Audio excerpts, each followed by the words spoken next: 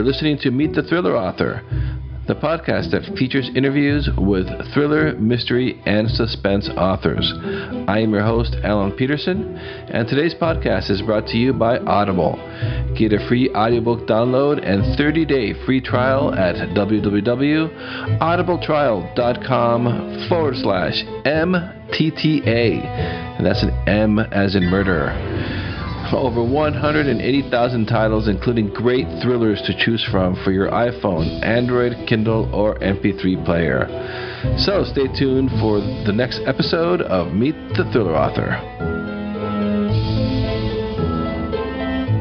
Welcome to episode 31 of the podcast, in which we'll be meeting Dan Ames, who is an international best-selling author and winner of the Independent Book Award for Crime Fiction. His books have been #1 on mystery and crime fiction bestseller lists in both the United States and abroad.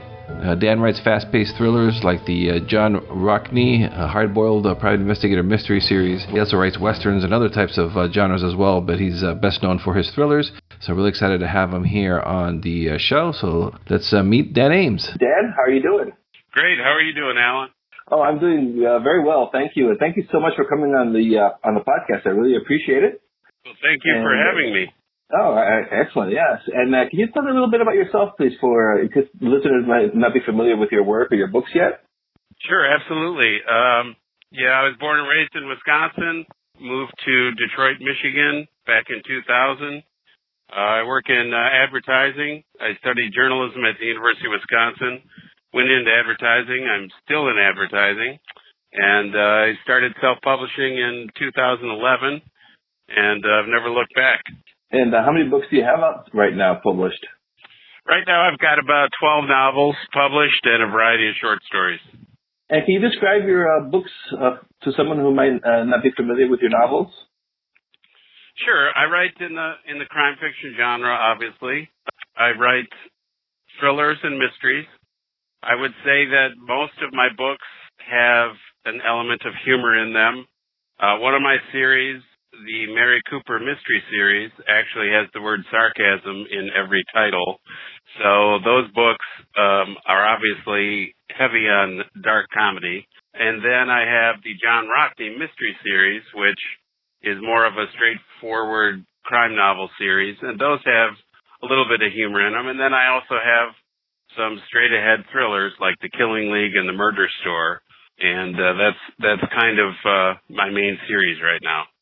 Yeah, that was the first book I read of yours was Death by Sarcasm a few years ago. It was a good mix of thrills and, like you said, a little humor as well in the main character. Yeah, I kind of figured my family certainly employs a lot of sarcasm, and I know quite a few people who have sarcastic senses of humor. And so I thought, you know what, let's build a series around that. And how long have you been writing for? I've been writing a long time. I was one of those people who started writing fiction, in high school and college, and sort of was all over the place in terms of writing short stories and literary fiction. But I really got serious and decided, I wanted to really take a run at it. Probably around the mid-'90s. Okay, and then it is with the series that you have now? Well, it was. What happens so often is, back then self-publishing didn't really exist. E-books didn't really exist. And so I was going the route everybody did, which was you write a book and you pitch it to agents and so on. And so I actually had quite a bit of luck in getting agents. But I actually had a series of about 3 different agents on 3 different books. And nothing really came of it. One of my thrillers, Random House, was very interested in acquiring. That didn't work out. And so, like I said, in about 2011, I decided, I really liked my book, Death by Sarcasm, and I thought I could make a great series of it. So that was the first book I self-published. Yeah, I want to let you know that you were one of the first ones that really influenced me with the whole self-publishing when it started coming about, because you were like one of the first. And I remember the first time I started hearing about self-published, it was a lot of like young adult fantasy type stuff. You were like the first thriller guy. I'm like, oh, wow, thrillers. That's what I like to do. So I'm like, So thank you. Yeah, well, my pleasure. Yeah, it was quite it was quite a different market back in early 2011 than it is now. It was very exciting. Yeah, and then do you find it like is it more challenging now, or you already kind of have more established yourself? Probably in the.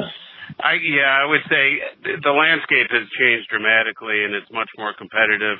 And the issue is always discoverability. It was back in 2011, it was much easier to be discovered, to get on the list and to stay on the list. Things like free promotions were such a novelty. Dropping a book to 99 cents, was a novelty, and so those things are now tried and true. So it was a challenge then, and it's still a challenge now for every author. It was super easy, then everybody would be doing it, right? Exactly. When you started to write your books, why did you choose the thriller crime genre? Is that something that you were a fan of as a reader? Yeah, it was funny. As a kid, I grew up. My dad was a big fan of westerns, and he had every Louis L'Amour Western and Zane Grey Western. And so those are a lot of the first books I read as a kid. And then, I changed. I went through a phase of reading Stephen King and some other stuff. James Clavell I read a lot of. I mean, I was kind of all over the place.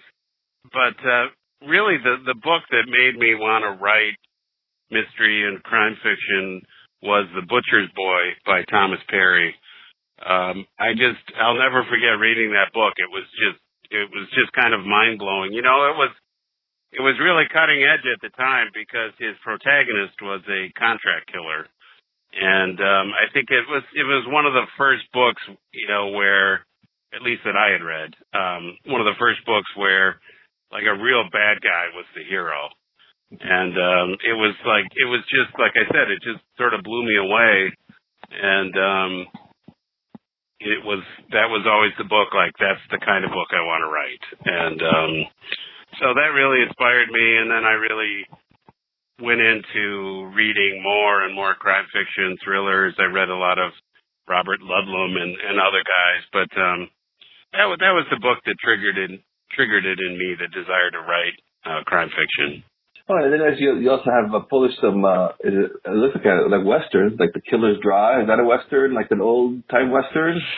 Yeah. It was interesting because Thomas and Mercer approached me. They had a new program they wanted to roll out, which were Kindle serials, and so they asked me to pitch them a concept. And I had always been a fan of westerns. And when I was in college, I took a course called The History of the American West, and in the textbook, there was a mention of this thing called a circuit rider, which I'd never heard of. But a circuit rider was basically a guy a religious guy, priest, pastor, whatever, going around the West and, preaching. And so a lot of those wild towns didn't have churches, didn't have priests, didn't have that. So they would just go. So they were riding through outlaw territory, all kinds of really dangerous stuff, completely by themselves, usually. And so I thought it was a really fascinating idea for a character. And then I discovered that sometimes they had sort of like a bodyguard. And so I had the idea to have the circuit rider accompanied by a female alcoholic gunfighter. And I just thought, what a great pairing. A little bit of a role reversal where the guy is kind of the straight-laced, man of the cloth, and the wild outlaw is the woman. And so I pitched that to them. They liked it, and I wrote the first one, which is called The Circuit Rider, and then the sequel is called Killer's Draw, and I'm working on a third book right now. Oh, so you have a lot of series going on at the same time. Do you focus on one, like you write in one series and then move to the next, or you kind of like write several at the same time? Yeah, probably to my detriment. I probably could have sold more books if I had just focused on one series and just written, book after book in the same series. But, I had ideas for different series, and like that one, that was an opportunity to do a serial, and so obviously I needed to pitch a new idea.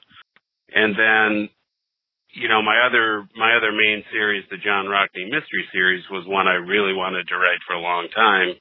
And so right now, I'm kind of in a pattern where I'll write a John Rockney mystery, then I'll write a Mary Cooper mystery, then I have the Wallace Mack thriller series. So I'll write a Wallace Mack thriller, then I've got the Western series in order too. So I do kind of go in rough order. Being an independent, being an Indian, and working with Thomas and Mercer, how was that? They were great. I had a really wonderful team and a great editor. The difference is a lot of it is promotion. In terms of book promotion, price discounting is essential. You can't run a promotion where the book is at full price. So when you have a publisher, the publisher controls the price. So it's very difficult for you as the author to plan and schedule promotions for those kind of books, which is great about, I guess I would be considered a hybrid author. So I have the Circuit Rider series, and then I have a historical novel called To Find a Mountain that was published by Lake Union. So those three books are with publishers, and then I have all my self-published stuff. So it is an interesting difference between having a publisher and then being a self-publisher as well. Yeah, that's fascinating. Yeah, but still, you still get control of your other books too. So I've heard that about Thomas and Mercer, that they don't have this draconian contracts and stuff like that. Right. They don't let you do anything else. So that's cool. Yeah, and Amazon. Publishing with Amazon Publishing is great because obviously they've got the database. So when they choose to put their promotion power behind your book, it does very well. But it's like everything. The industry is super competitive. Amazon Publishing has a lot of authors as well. So nothing is given in this industry. How many books do you publish a year, or do you try? What's your target? I don't have a set in stone publishing calendar. I probably should. Mm-hmm. My goal is usually about 4 or 5 novels a year. Mm-hmm. Sometimes I get distracted. I'll write a short story or a novella, or I'll be asked to participate in an anthology, and so sometimes that throws my schedule off. And plus life just gets in the way sometimes. And now you mentioned how you had the idea for the Killer's Draw. Is that kind of like with your other thrillers, your crime thrillers? Is it kind of like based on stuff you read about in the news or hear about, or? Yeah, sometimes yes, sometimes no. I'll start with a character, like for instance, the John Rockney mystery series. The idea for the character, or at least part of the character, was inspired by real life. I was living in Wisconsin at the time of the notorious Jeffrey Dahmer serial killer case. I don't know if you remember that, but at the time I was living in Minnesota, so it was not too far. Well, it was horrific crimes, but one of the things that happened that I read about was Dahmer would drug his victims before he would kill them, and one of the victims realized he was being drugged, and he managed to escape Dahmer's apartment. And he actually was running down the street, and he found a cop and went up to the cop, but he couldn't really talk because the drugs were taking effect. And Dahmer came up, and he talked the cop into saying, my friend just had a little bit too much to drink, I'll take care of him or whatever. And the cop gave him back to Dahmer. And then that guy ended up being one of Dahmer's victims. And so I always kind of wondered what effect that had on that cop. I mean, you're sworn to protect, and you basically handed a victim who managed to escape and get to you for help, and you handed him back to the killer. And so that was one of the key components when I came up with the idea of John Rockney. He was a cop in Grosse Pointe, which is a suburb of Detroit. He made a horrible mistake, very similar to what I just described, and obviously ended up losing his job on the police force. And, I think in a lot of ways what he does in the books is he is always trying to make up for that mistake. Yeah, that's chilling. I do remember reading about that. And it was a young person. It was a young man too. Yes. Yeah. Interesting how one thing kind of triggers you, and the whole series is born out of that. Interesting when you're thinking of characters and what drives a character, kind of finding a fresh way in, and that angle just provided that for me. Do you write like pantsing, or do you have like very detailed outlines, or what's your writing process? Well, I started off as a pantser. I did an outline. I would just get an idea and I would go, and it worked. It sort of worked, but then I got to a book. And I started, and I got about 100 pages in, realized I'd written myself into a horrible corner, and basically scrapped the 100 pages. And I started over. I wrote another 80 pages, realized I had written myself into a different corner, scrapped those 80 pages, and then I said, all right, it's time to do an outline here. So what I do now is I write a very, very rough outline. Skeletal would be an understatement, but it's at least enough to kind of give me an idea of where I'm going to go. And I don't always have the ending, but I have a couple possible endings at least in mind. And then when I write the first draft, I revise the outline at the same time. And so I don't finish the outline till I finish the first draft. So it's a little bit of pantsing and a little bit of plotting. Yeah, that's good. It's kind of like a compass, so you don't get lost in the wilderness. Yeah, and having an outline helps because it also shows you where you've been, and it helps keep the whole book in front of you. I mean, I know Stephen King is sort of the poster child for pantsing, where he just has the whole book in his head and he just goes, But for me, I like to have a little bit idea of where I'm going, and then I like to also have an idea of where I've been, and that way it's easier also to go back and change things and insert plot points and that kind of thing. So for me, it's a little bit of both. It's a 50-50 kind of proposition. And where do you write? Do you have a home office or coffee shop? Or?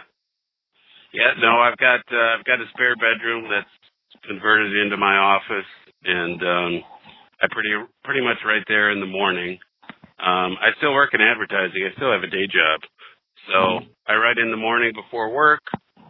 Sometimes I'll write on my lunch hour as well, and then sometimes I do work after work. Although after work I tend to do more marketing and planning and that kind of thing. The bulk of my writing is in the morning when I'm at my freshest. And are you able to use your skill set in advertising and for the book marketing, or is that two different things? Well, most of my career in advertising has been more in the big brand kind of advertising, car commercials and that kind of thing.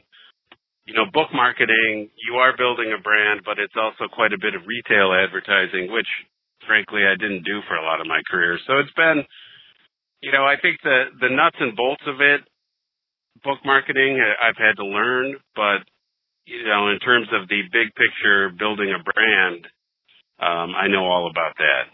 Yeah, I love your checking out your website, your Ames to Kill logo. It's pretty cool. very, very catchy. Yeah, that was going to be the name of my blog, but I think somebody in Japan took the URL before I could get it for some reason. Oh, I hate when that happens. Did your personality make it into your books, the world around you, or how does that ever happen? Yeah, I think that, definitely my sarcastic sense of humor got into, obviously, the Mary Cooper series, and that she's also based on a couple of people I know as well. But, that's about it. Most of it's just pure imagination and ideas for hooks and that kind of thing. And what are you working on now? Which series are you working on? Well, what I decided to do is I thought it would be fun to write a novel where Mary Cooper, my private investigator in Los Angeles with a penchant for sarcasm, if she was teamed up with John Rockney, my Grosse Pointe private investigator, on a case. So I actually just finished the first draft of that novel, featuring both of them, and it was a lot of fun to write. And so that one, I'm going to go through the editing process, and that'll be out before the end of the year. And then after that is the fifth John Rockney mystery. Oh, that's cool. It's like a crossover, kind of like when Connolly does the Lincoln Lawyer and Bosch. Yeah, that's exactly that's cool. Exactly. Yes, that must have been lots of fun because you know both worlds so well. Yeah, and they're both fun characters, and they're totally different. And I figured that if I put them together, there'd be a pretty good chemistry. And it's been a blast to have the two of them working on a case together. So, what keeps you going with writing and putting your stories out? Yeah, you know what it is. What it is I love the idea I love the process of getting a great idea for a book, and then actually making it happen. And the best part is finishing it. But I read a great book. It was an autobiography by Michael Crichton, and I think it was in the book. It might have been an interview too, but he talked about his writing process where he, had more ideas than he could possibly ever write. And so what he did is he would start. I think he said he had, on average, he had about 12 or 13 stories in progress. And what he would do is he would wait for one of them to sort of break apart from the crowd and take off, and then that's the one he would write. That's the one he would finish. And so I don't have 12 novels going at once, but I certainly have a folder of ideas for series and books and all that, and I want to write every single one of them. And so that's really what drives me is, I'm always excited about the one I'm working on, but I also can't wait to finish it so I get to go to the next one. So it's that enthusiasm and it's that excitement of, can I bring this idea to life or this series to life? And that's really what keeps me going. And do you write every day? Every day. Yeah. And do you have like a word come hell or high water every day. Oh, that's great. And do you have like a word count goal that you try to meet, or you just write every day is the main goal? My main goal every day is to write one scene as a minimum. So sometimes if I don't have, say I don't have those scenes, full-fledged or whatever, sometimes it might just be 400 or 500 words. Or sometimes the scene will end up turning into 3 chapters and 3,000 words. But my minimum goal is a scene every day. So usually a scene ends up being a chapter, usually. So I don't really have a daily word count because I just find I get really frustrated if I don't, I just hate to set a word count goal of 3,000, and then if I don't hit it, I get so angry that it's just better not to. It's better not for me anyway. Everyone's different, but for me to not put a specific number. So I just look at it as a scene. I try to write a scene every day. And do you use, what do you write on? Do you use like Word or like one of those writing softwares like Scrivener? Or? No, I use Microsoft Word. I write on a Mac laptop. Oh, cool. And do you still find time to read, or I know you have a busy schedule. Yep. Oh yeah, I read every day. I read at night before I go to bed, and I can't go to sleep if I haven't read. Doesn't matter if I get home at 3 a.m. After a crazy night out. I pick up the book I'm reading, and I just have to. I don't know why, but I've been a reader from as long as I can remember, and I read every day. And do you still read thrillers? Or crime fiction? I read a lot. I read a lot of mysteries, thrillers. I read a lot of nonfiction. I actually really enjoy reading biographies of writers. I read one Harper Lee, I think, was my most recent. Patricia Highsmith I read recently. It's just really interesting to me to experience how other writers formed and their work habits and sort of what informed their work. It's fascinating to me. Do you interact a lot with your readers? Are you active like on the Facebook and Twitter and all that good stuff? Yeah, I am, and I certainly communicate with other writers. It's like everyone else, I'm really tight on time. So usually social media is one of the first things to fall off the schedule. It's sort of low on the priority, but yeah, it's good. It's good to the writers that I have met. Everyone is really nice and supportive, and there's room for all of us. So, and so many people have been so kind to me. I mentioned Thomas Perry. His book, The Butcher Boy, is what really inspired me, and I sent him Dead Wood, the first John Rockney mystery, and he wrote a really nice blurb for me, which just blew me away. I still can't believe it. Oh wow! And also, this is amazing to me too. When I moved to Detroit, I worked at an advertising agency, and it was the same agency that Elmore Leonard had worked at as a copywriter in the 1950s. And so, again, I was just probably young and like super naive, but somehow I found Elmore Leonard's address in suburban Detroit, and I wrote him a letter, and I invited him to lunch. I told him, like, oh, I'm a huge fan of yours, whatever. And he didn't take me up on the lunch offer, but a few weeks later, I get a letter from him in the mail, and it was like a 2-page letter. And he just totally talked to, I had mentioned a couple authors I liked, and so he wrote me this really nice letter back. I think I'd asked him a couple questions about writing and advertising and all that kind of stuff, and he answered all my questions. Then he shared his opinions on the writers I liked, if he did like them or he didn't. It was like just this fantastic letter. I mean, hand-typed and then hand-signed, and it just blew me away that Elmore Leonard took the time to write a 2-page letter to me. It still blows me away. Yeah, I would have never thought he would, that you would have heard back from him. That's incredible. I would have, did you frame that letter? Yeah, no, it's one of my prized possessions, I'll tell you that. Yeah, that's so cool. Yeah, that is a neat thing about this industry, even though, like in this, whatever, through crime thrillers or whatever, where everyone's in the same genre, but everyone really helps each other out and stuff. I think that's really cool about the writing community. Yep, me too. Yeah.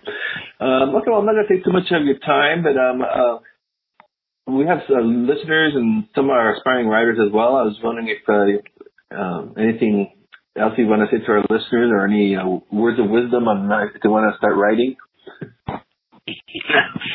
Words of wisdom, boy. I'm usually short on words of wisdom. I don't know. It's I meet a lot of people who sort of want to be writers and don't have time and all that, but and it was interesting too. I recently was invited to speak at the Friends of Lakes Regional Library System in Fort Myers, but I was asked a question about writer's block.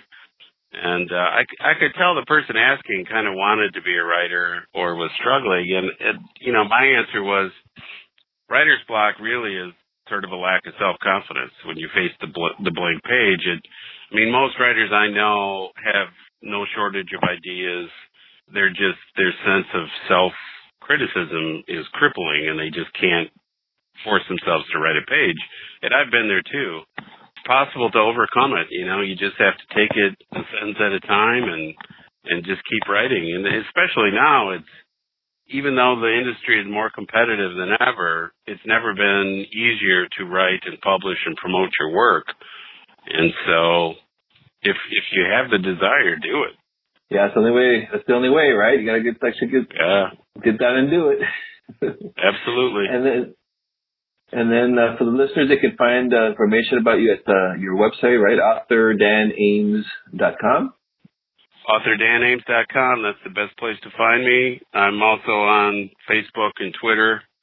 I occasionally check Instagram, but that's and I have a Pinterest page, but I don't know. I usually just post pictures of guns on there, so I don't know. Oh, that's cool. I'm gonna check that one Guns. out. It's like it's guns and guitars for some reason. I probably should post. I was probably supposed to, post stuff about my books, but I don't know. I always forget to.